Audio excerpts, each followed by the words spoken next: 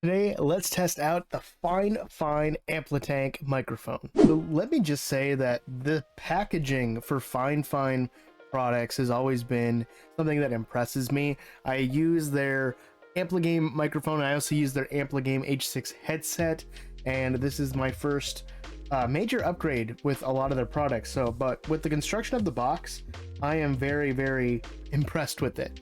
Let's go ahead and open this up. There we go, and it should just open up. Oh, it opens like a treasure chest. That's that's awesome. So it looks like we get a K688 user's guide with it.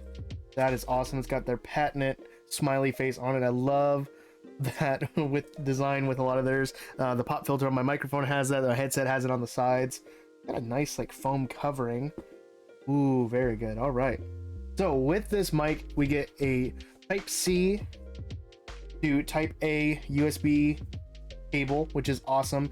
And the reason that I really wanted to get this mic, not just because it looks sort of like the Shure SM57B, but it's because it's also a USB and an XLR style mic. If we pull this on out, it's actually fairly light. I thought this was actually going to be heavier than it looks. Let me move this out of the way really quick. We can kind of look at it. So it's got kind of the shotgun style to it. Got a nice kind of wind guard up front. The body is clearly made of aluminum. It feels really, really nice. Ooh, and it looks like the shock mount also is made of aluminum. Very good quality overall, just from what I'm feeling. We got the mute button on top, which looks like it's going to be touch sensitive because there's no kind of like tactile push to it. But yeah, it looks really good. But if we can see from the bottom, we have an XLR output and a Type-C. We also have some monitoring that we can get with direct input with headphones. And then we have some dials for gain and for the headphones. So that's actually really cool. The one thing I do know about this microphone, because I've done some research into it before I purchased it, was that if you're using the Type-C input, you get full control over the headphones and the microphone controls. But if you're using the XLR input, you lose those controls because everything else is going to be through your audio interface. But yeah, with construction wise, I'm really impressed. This feels very, very sturdy. If I pull this wind guard off just ever so slightly, there we go. So we can see it's got a very similar style to the Shure SM7B, and the microphone inside is very close to that kind of cage, but it looks really good. So enough about the construction. Get this back together. Let's get it set up and see how it sounds. So first we're going to test it using the USB input on here. I took off all of my filters that I typically use and just ran this right into the front USB of my PC. Again, I don't have a noise gate, I don't have noise suppression, nothing on this. This is just the raw audio. So let's take a listen back to that, see how it sounds.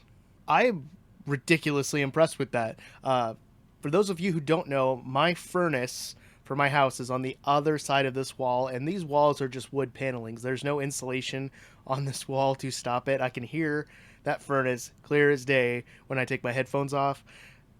I can't hear it at all with this mic. Like, I can see it sort of picking it up on here, but when I listen back to it, I don't hear my furnace at all. I can't believe that. The fact that it sounds really good out of the box with no filters, blown away. So now let's take this off. Okay, and this is through the XLR input through Focusrite Scarlett Solo.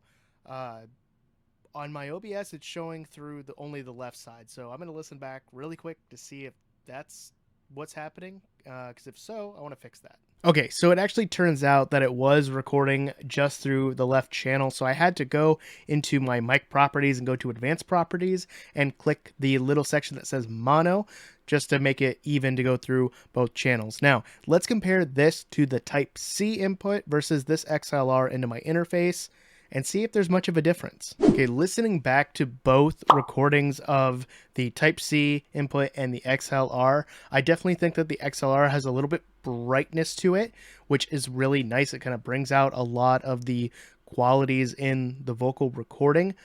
But side by side, other than that, there isn't a whole lot of differences. I'm really, really impressed that something that has both options is fairly consistent through both inputs. So if you need a Type-C or a USB microphone or an XLR for around 80 bucks, I think, I picked this up on sale for like $69.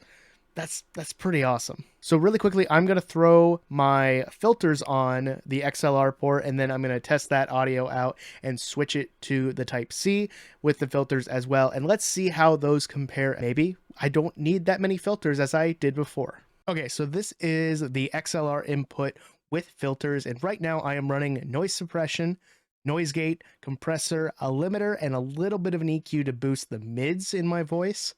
Let's see how this sounds. I'm going to plug in the Type-C, do the exact same thing, and let's compare them. And this is a test recording with the Type-C input with all of my filters again, noise suppression, noise gate, EQ, limiter, and a little bit of a compressor. Let's see how they stack up with the XLR input. Listening back with the filters, again, there is not much difference between the two options. The only difference I can really tell is that the XLR quality has a little bit more brightness even with the filters, but even still, that USB recording with everything still sounds really crisp, really clean. I'm overall just blown away with this. So again, before I was running the Ampligame mic from Fifine that had the RGB lights, but I love the sound quality of this right out of the box versus this, which just needed a little bit of help with some filters, but overall still a really good mic. So you can go for a $40 mic from Fifine, or you can spend double that and get amazing quality without too much out of the bank. And I would be besides myself if I did not test out the mute button. So the touch button up top, you can probably see it in the camera, is green. If I tap it,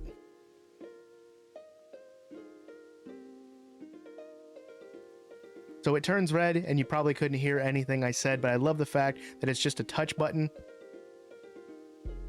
You just have to give it a slight tap and it's good to go. Overall, fine. Fantastic microphone.